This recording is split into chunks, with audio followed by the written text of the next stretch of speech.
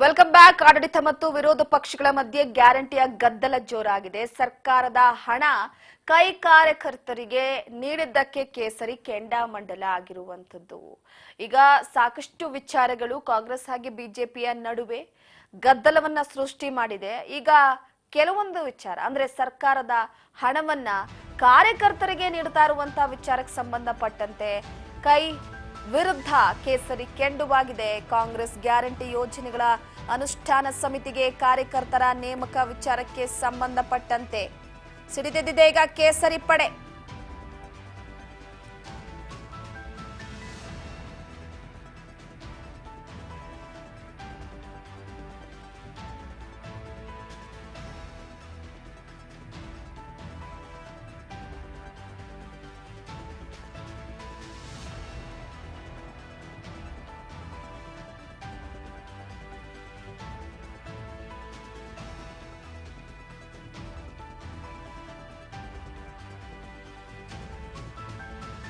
ಒಂದು ಕಡೆ ಸರ್ಕಾರದ ಪಂಚ ಗ್ಯಾರಂಟಿ ಯೋಜನೆಗಳ ಅನುಷ್ಠಾನದ ಮೇಲ್ವಿಚಾರಣೆಗಾಗಿ ರಾಜ್ಯ, ಜಿಲ್ಲಾ ಮತ್ತು ತಾಲೂಕು ಮಟ್ಟದಲ್ಲಿ ಕಾಂಗ್ರೆಸ್ ನಾಯಕರು ಕಾರ್ಯಕರ್ತರನ್ನ ನೇಮಕ ಮಾಡಿರೋದನ್ನ ವಿರೋಧಿಸಿ ಪ್ರತಿಪಕ್ಷಗಳಾದಂತಹ ಬಿಜೆಪಿ, ಜೆಡಿಎಸ್ ಸದಸ್ಯರು ಧರಣಿಯನ್ನ ನಡೆಸಿ ಪದೇ ಪದೇ ಕಲಾಪಕ್ಕೆ ಅಡ್ಡಿಪಡಿಸಲಾಗ್ತಾ ಇತ್ತು. ಕೋಲಾಹಲವನ್ನೇ ಉಂಟು ಮಾಡಿತ್ತು.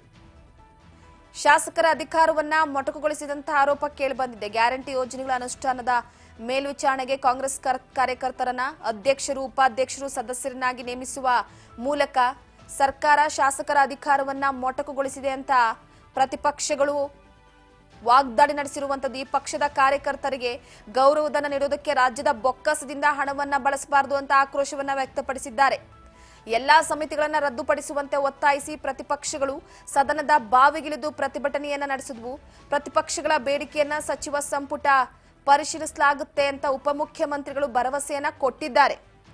ರಾಜ್ಯ ಮಟ್ಟದ ಸಮಿತಿಯ ಅಧ್ಯಕ್ಷರು, 5 ಉಪಾಧ್ಯಕ್ಷರಿಗೆ ರಾಜ್ಯ ಸಚಿವರ ಸೌಲಭ್ಯ, ಜಿಲ್ಲಾ ಮತ್ತು ತಾಲೂಕು ಮಟ್ಟದ ಸಮಿತಿಗಳ ಅಧ್ಯಕ್ಷರಿಗೆ ಅಂದ್ರೆ ಸುಮಾರು 40,000ದಿಂದ 25,000 ಮಾಸಿಕ ಗೌರವಧನ ನೀಡುವುದಾಗಿ ಪ್ರತಿಪಕ್ಷಗಳ ತೀವ್ರ ಟೀಕೆಗೆ ಗುರಿಯಾಗಿದೆ. ಈಗ ಜಿಲ್ಲಾ ಸಮಿತಿಯ ಉಪಾಧ್ಯಕ್ಷರಿಗೆ 10,000 ಮಾಸಿಕವಾಗಿ ಗೌರವಧನವನ್ನ ನೀಡಲಾಗ್ತಾ ಇದೆ.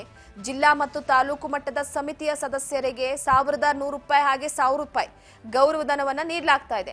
ರಾಜ್ಯ ಮಟ್ಟದ 31 ಮಂದಿ ಸದಸ್ಯರಿದ್ದಾರೆ, ಉಪಾಧ್ಯಕ್ಷರಿದ್ದಾರೆ. ಆದ್ರೆ 5 ಉಪಾಧ್ಯಕ್ಷರಿದ್ದಾರೆ, 31 ಸದಸ್ಯರಿದ್ದು ಜಿಲ್ಲಾ ಮಟ್ಟದ ಸಮಿತಿಯಲ್ಲಿ ಅಧ್ಯಕ್ಷರು, 5 ಉಪಾಧ್ಯಕ್ಷರು, 15 ಸದಸ್ಯರು, ತಾಲೂಕು ಮಟ್ಟದಲ್ಲಿ ಅಧ್ಯಕ್ಷರು 14 ಮಂದಿ ಸದಸ್ಯರಿದ್ದಾರೆ. ಹಾಗಾಗಿ ರಾಜ್ಯದ ಬೊಕ್ಕಸದಿಂದ ಕಾಂಗ್ರೆಸ್ ಕಾರ್ಯಕರ್ತರಿಗೆ ಹಣವನ್ನ ನೀಡಲಾಗ್ತಿದೆ ಅಂತ ಬಿಜೆಪಿ, ಜೆಡಿಎಸ್ ನಾಯಕರಿಂದ ಆಕ್ರೋಶ ಮುಂದುವರೆದಿದ್ದು ಸಾರ್ವಜನಿಕ ಹಣ ಪೋಲಾಗ್ತಾ ಇದೆ ಅಂತ ವಿಪಕ್ಷಗಳಿಂದ ಆರೋಪವನ್ನ ಮಾಡಲಾಗ್ತಾ ಇರುವಂತದ್ದು. ಸರ್ಕಾರದ ವಿರುದ್ಧ ಇದನ್ನೇ ಅಸ್ತ್ರವಾಗಿ ಮಾಡ್ಕೊಳ್ಳೋದಕ್ಕೆ ಪ್ಲಾನ್ ಮಾಡಲಾಗಿದೆ. ನಾವು ತೆರಿಗೆ ಕಟ್ತಾ ಇದ್ದೀವಿ, ನಮ್ಮ ಹಣವನ್ನ ಪೋಲ್ ಮಾಡ್ತಿದ್ದೀರಾ ಎನ್ನುವ ಮುಖಾಂತರವಾಗಿ ಇಂದು ಕೂಡ ಸದನದ ಹೊರಗೆ ಒಳಗೆ ಹೋರಾಟ ಮಾಡಲಿದ್ದಾರೆ ವಿಪಕ್ಷ.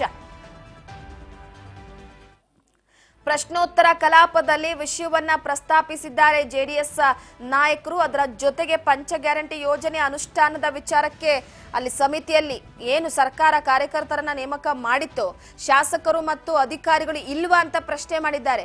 ರಾಜ್ಯದ ಬೊಕ್ಕಸವನ್ನ ಕಾಂಗ್ರೆಸ್ ಕಾರ್ಯಕರ್ತರಿಗೆ ಈ ರೀತಿ ನೀಡಬಹುದೇ? ನೀವು ದೇಶದಲ್ಲಿ ವಿವಿಧ ಪಕ್ಷಗಳು ಹಲವಾರು ಕಾರ್ಯಕ್ರಮಗಳನ್ನ ಜಾರಿಗೆ ತಂದಿವೆ, ಆದ್ರೆ ಅದನ್ನ ಅನುಷ್ಠಾನಕ್ಕೆ ಎಂದಿಗೂ ಕೂಡ ಪಕ್ಷದ ಕಾರ್ಯಕರ್ತರನ್ನ ನೇಮಿಸಿಲ್ಲ. ಇದು ತಪ್ಪು, ಕಾನೂನು ಬಾಹಿರ ಅಂತ ಕೂಡ ಹೇಳಿದ್ದಾರೆ. ಅನೇಕ ಬಿಜೆಪಿ ಮತ್ತು ಜೆಡಿಎಸ್ ಸದಸ್ಯರು ಸಾಕಷ್ಟು ಜನ ಸರ್ಕಾರದ ವಿರುದ್ಧ ವಾಗ್ದಾಳಿಯನ್ನ ನಡೆಸಿರುವಂತದ್ದು. ಅದರ ಜೊತೆಗೆ ಕಲಾಪವನ್ನ ಕೂಡ ಕಲಾಪದ ಹೊರಗೆ ಒಳಗೆ ಎರಡೂ ಕಡೆ ಒಂದು ಕಡೆ ವಿರೋಧಿಸಿ ಪ್ರತಿಭಟನೆಯನ್ನ ನಡೆಸಿರುವಂತದ್ದು. ಅದರ ಜೊತೆಗೆ ಅಂಗನವಾಡಿ ಮತ್ತು ಆಶಾ ಕಾರ್ಯಕರ್ತರ ಸಂಬಳ ಹೆಚ್ಚಿಸೋದಕ್ಕೆ ಸರ್ಕಾರ ಮುಂದೆ ಬರ್ತಿಲ್ಲ. ಗ್ಯಾರಂಟಿ ಅನುಷ್ಠಾನ ಸಮಿತಿಗೆ ಕಾಂಗ್ರೆಸ್ ಕಾರ್ಯಕರ್ತರನ್ನ ನೇಮಿಸಿ ದೊಡ್ಡ ಸಂಬಳ ಕೊಡ್ತಾ ಇದೆ. ಇದರ ಅರ್ಥ ಏನು? ಹಾಗಿದ್ರೆ ಎಲ್ಲಾ ಯೋಜನೆಗಳು ಕೂಡ ಡಿಬಿಟಿ ಮೂಲಕ ಆನ್ಲೈನ್ ನಲ್ಲಿ ಅನುಷ್ಠಾನಗೊಳ್ತಾ ಇರುವಾಗ ಇಂತಹ ಸಮಿತಿ ಏನು ಮಾಡುತ್ತೆ ಅಂತ ಪ್ರಶ್ನೆ ಮಾಡಿದ್ದಾರೆ.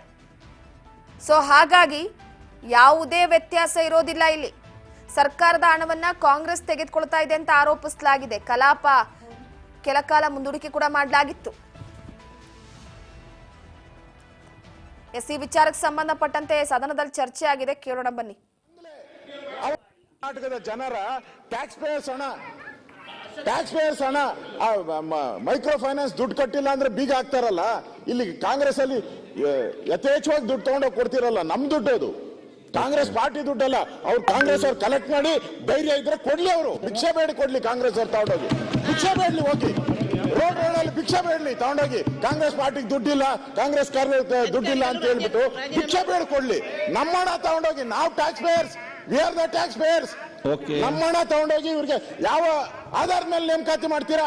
ಒಂದ್ ನೇಮಕಾತಿ ಮಾಡ್ಬೇಕಾದ್ರೆ ಸರ್ಕಾರದ ಆದೇಶಗಳು ಬೇಕಲ್ಲ, ರೂಲ್ಸ್ ಅಂಡ್ ರೆಗ್ಯುಲೇಷನ್ ಬೇಕು. ಅವನ ಈ ವಿದ್ಯಾರ್ಥಿತೆ ಎಷ್ಟಿದೆ? ಅವನೇನು SLC ಓದಿದಾನ, ಡಾಕ್ಟರೇಟ್ ಮಾಡಿದಾನ, ಪ್ರೊಫೆಸರ್ ಏನು? ಅವನಿಗೆ ಕ್ಯಾಬಿನೆಟ್, ಅವನಿಗೆ ಕಾರು, ಅವನಿಗೆ ಬಂಗ್ಲೆ, ಅವನಿಗೆ ದೊಡ್ಡ ದೊಡ್ಡ ಆಫೀಸ್ ಡೆಕೋರೇಷನ್. ಯಾರ್ದಣ ಉತ್ತರ ಕೊಡ್ತಾರಲ್ಲ ಹೇಳ್ತಾರೆ ಅವರು. ಲೂಟಿ ಇವ್ರಿಗೆ ಕಾಂಗ್ರೆಸ್ ಪಾರ್ಟಿಯಿಂದ ಕೊಟ್ಕೊಂಡ್ಲಿ ಇಂಪ್ಲಿಮೆಂಟೇಷನ್ ಮಾಡಕ್ಕೆ. ಆಯ್ತು, ಉತ್ತರ ಕೊಡೋದು ಕೂತ್ಕೊಳ್ಳಿ, ಪ್ರತಿಪಕ್ಷನಾಗಿ ಮಾತಾಡ್ತಾರೆ, ಯಾಕೆ ಮಾತಾಡ್ತೀರಿ? ಹಾಗಾದ್ರೆ ಕೊಡಿ, ಅವ್ರು ಹೇಳಿದ್ದ ಸರ್ಕಾರ ಉತ್ತರ ಕೊಡ್ತೀರಾ? ಆಯ್ತು, ಗ್ರಾಮ ಪಂಚಾಯತಿ